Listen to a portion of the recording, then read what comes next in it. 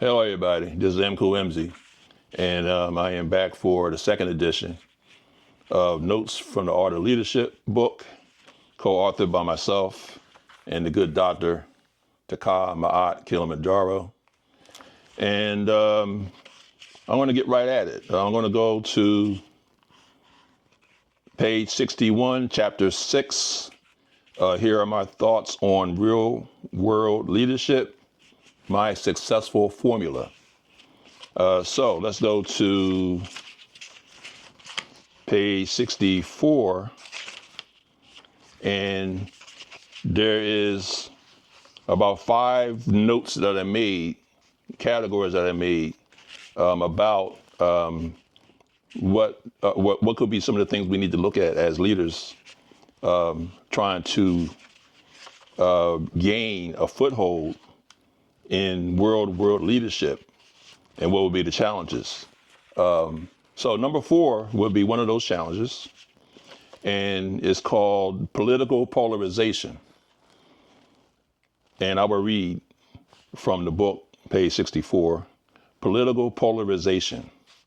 The current political climate in the United States is highly polarized, making it difficult for leaders from any background to effectively navigate and advance their agendas.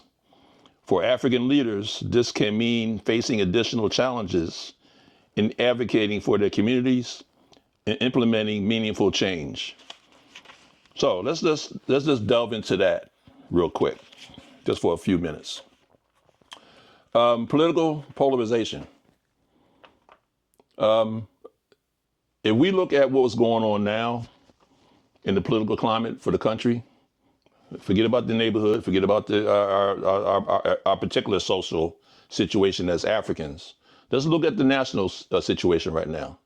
The goalposts have been moved again. The strategy, our strategy as Africans, must stay consistent but pliable. Pliable meaning adjustable. And adjustable in how we look at the situations, from those puppets and those figureheads and those so-called politicians that they put up for us to choose from. This false sense of choosing is the menagerie that we live in right now.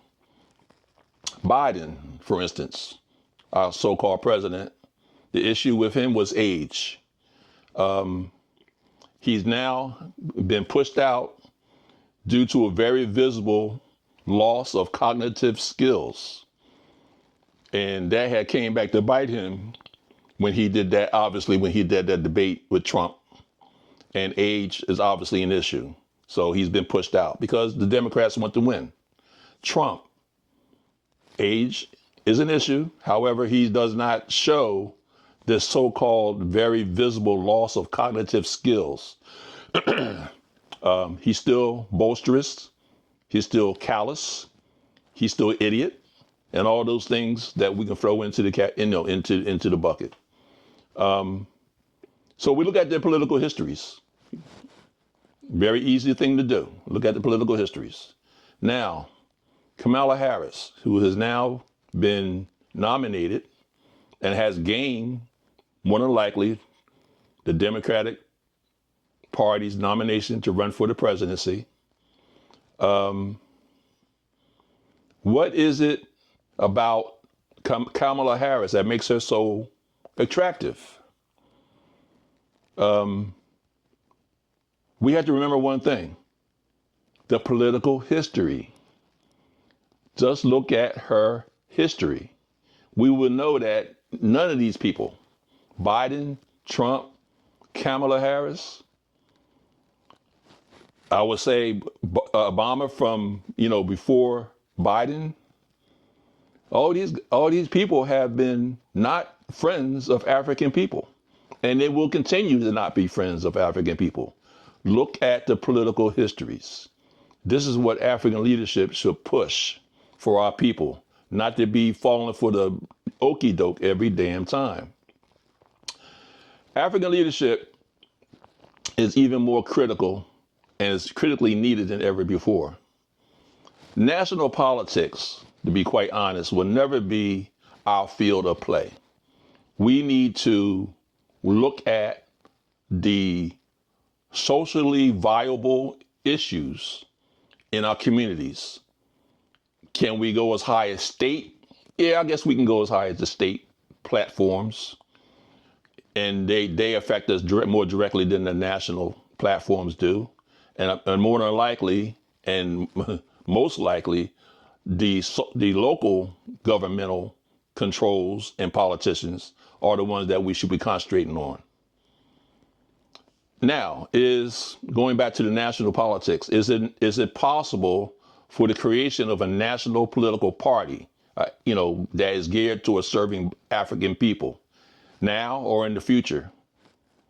I'm not even going to say the near future, in the future. No. Maybe if we get our act together,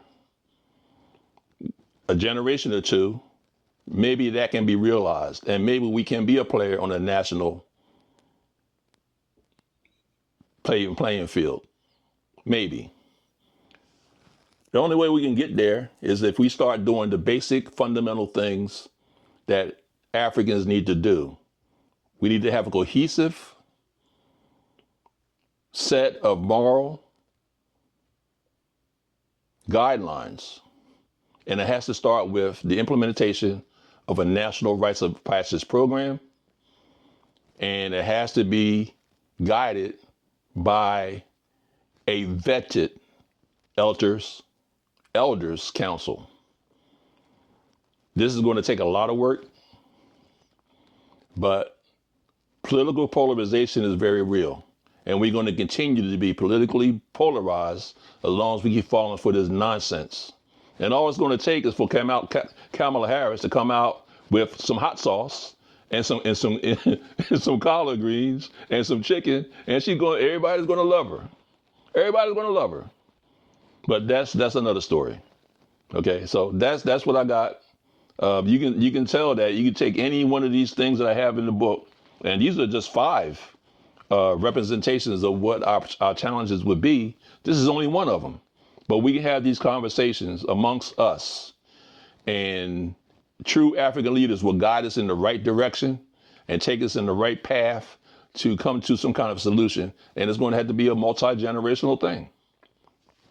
Okay, guys, I'm starting to ramble a little bit, but I will come back for another version of notes of the Arts of Leadership book.